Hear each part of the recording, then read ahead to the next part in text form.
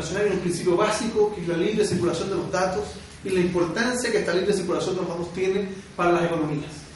La posibilidad de que los datos de uno circulen de un lado a otro permiten transacciones, un conjunto de elementos de desarrollo económico. Pero el punto entonces es cómo esa libre circulación de los datos no afecta la vida privada de las personas, por ejemplo, según algunos, o la propiedad según otros. Y hay dos modelos en el mundo. El modelo europeo, que es más bien un modelo enfocado que el dato proviene de la dignidad de la persona, del derecho esencial de toda persona, no solo de la vida privada, no solo, como es el sistema norteamericano, que es más bien de la propietarización del dato. Entonces este modelo europeo, más bien de derecho esencial de la persona humana, de tener protección de datos como elemento básico, difiere del modelo norteamericano, que más bien dice que el derecho a la protección de datos es un derecho consecuencial del derecho de la propiedad. O sea, el 1924, en nuestra Constitución. Y adherir a uno u otro tiene implicancias totales. Porque si yo adhiero, por ejemplo, al sistema norteamericano, más bien de propietarización del dato, lo que estoy asumiendo es que el dato es mío en propiedad y por tanto de ahí nacen los derechos. Y las acciones que yo tenga que ejercer para poder protegerlo son basadas en el derecho de propiedad. Vale decir, este es un derecho de segundo orden, es un derecho asociado al derecho de propiedad. Mientras que más bien en el derecho europeo se considera que el derecho de protección de datos es un derecho en sí mismo. Y por tanto, la protección del mismo tiene que ser mucho más amplia. Así, por ejemplo, si nosotros como país adhiriéramos al sistema más bien americano, estaríamos cumpliendo ese estándar, digamos, y probablemente el de la PEC, que es más bien similar al de norteamericano. Pero no estaríamos siendo, comillas, un país adecuado de conformidad a las normas europeas. Entonces, la reflexión es, ¿cómo concebimos nosotros como sociedad este derecho a la protección de datos personales? ¿Es una consecuencia de la propiedad? ¿Es una consecuencia del derecho a la vida privada, el derecho a la honra, el derecho esencial de toda persona humana? Es el número uno. ¿Dónde lo ubicamos? Primera discusión, primera reflexión. Dicho eso, uno debería decir, tenemos esta reflexión, en lo personal yo adhiero más al modelo europeo, en la lógica de decir que es un derecho en sí mismo y por lo tanto debe tener una protección más amplia, que no debe afectar el derecho a acceso a la información pública, pero sí que debe tener ciertas consideraciones porque las consecuencias de la mala regulación pueden ser nefastas desde un punto de vista social. Basta ver lo que hoy día ocurre con nuestra ley, comillas, de protección de datos personales 19.728. En mi concepto, un híbrido propio de nuestro Parlamento, que ingresa un proyecto de ley y se va discutiendo en un conjunto de creativos que comienzan a hacer indicaciones que en sí mismas pueden ser muy importantes, pero que en un contexto global transforman el proyecto en un híbrido que finalmente desprotege a la ciudadanía y se le generan expectativas de protección cuando en realidad no las tiene.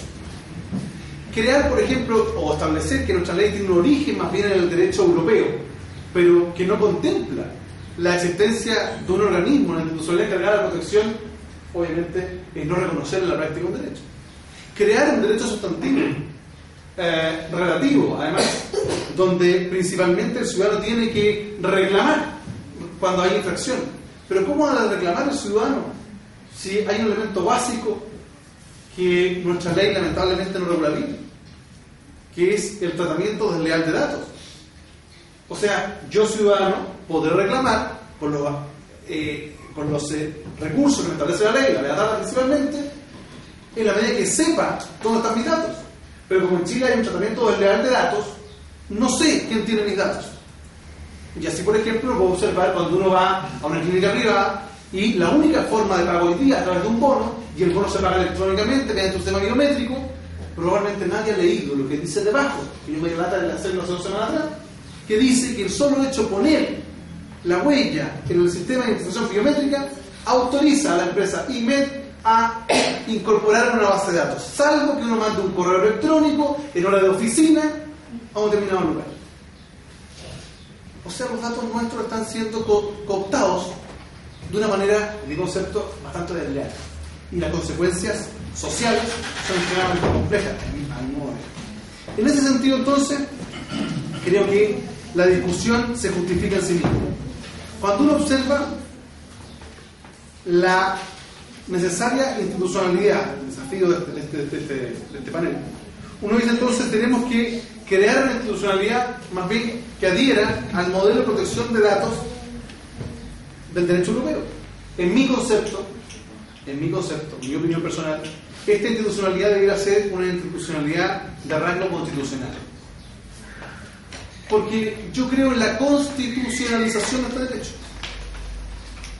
Hay gente que opina lo contrario. Mi posición es que aquí tenemos un derecho en sí mismo que debiéramos constitucionalizarlo, para que nunca más se crea que este es un derecho de segunda generación o consecuencial del derecho de propiedad.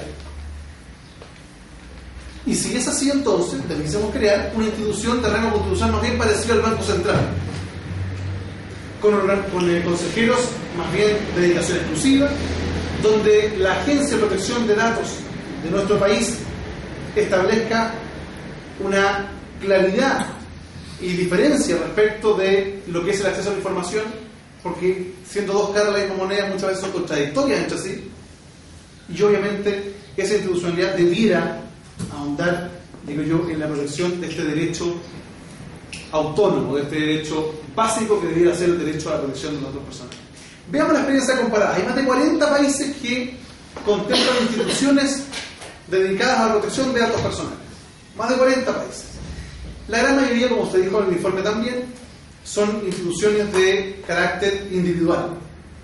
Hay algunas que son duales o múltiples. El Reino Unido, que es el ejemplo clásico que se utiliza para la agencia no dual, sino múltiple, porque la agencia del Reino Unido, el ICO, registra, primero, acceso a la información pública, 2, protección de datos, 3, correo electrónico, y comercio electrónico, y 4, regulación medioambiental. Todo eso lo ve el ICO. Yo diría, miren, funciona relativamente bien porque es una institución que desde el punto de vista de la economía procesal, de la economía propiamente tal, ¿cómo se llama? También reúnen una sola autoridad, la regulación de todo. El 24 de junio del año 2010, la Comisión Europea de Protección de Datos solicita formalmente al Reino Unido que refuerce los poderes de su institucionalidad en conjunto de razones. Primero, considera la Comisión Europea que tiene una incapacidad para monitorear si los datos de terceros países es adecuado o no, y así todos hacen una transferencia de sus datos a otros países no adecuados. Segundo, considera que la ICO tiene incapacidad de controles aleatorios sobre personas naturales y jurídicas que utilizan o procesan datos. Tercero, considera que los tribunales del Reino Unido hoy día pueden rechazar el derecho a rectificar o eliminar datos personales.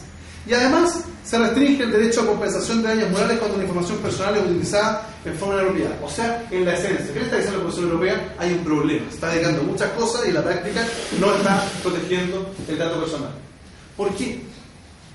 Porque a diferencia de nuestra institucionalidad que se le pretende incorporar al Consejo de Transparencia esta función de protección de datos, allá era al revés. Originariamente, el ICO partió como una institución dedicada a la protección de datos personales, a la cual con posterioridad se le hicieron estos agregados. También basando este principio de la economía procesal y de la economía propiamente tal. Y los resultados los estamos viendo en la lista. Como contrapartida, veamos el caso español, la Agencia de Protección de Datos Personales. Yo sé que mi amigo Alejandro Ferrer me va a decir sí, pero es que tenemos un problema porque la ley de transparencia opera de una forma distinta en España. Yo sé, pero la Agencia de Protección de Datos Personales en España hoy día ha establecido un mecanismo, más bien un ejemplo, en algunos casos, de economía. Hoy día hay una protección de datos personales en España efectiva.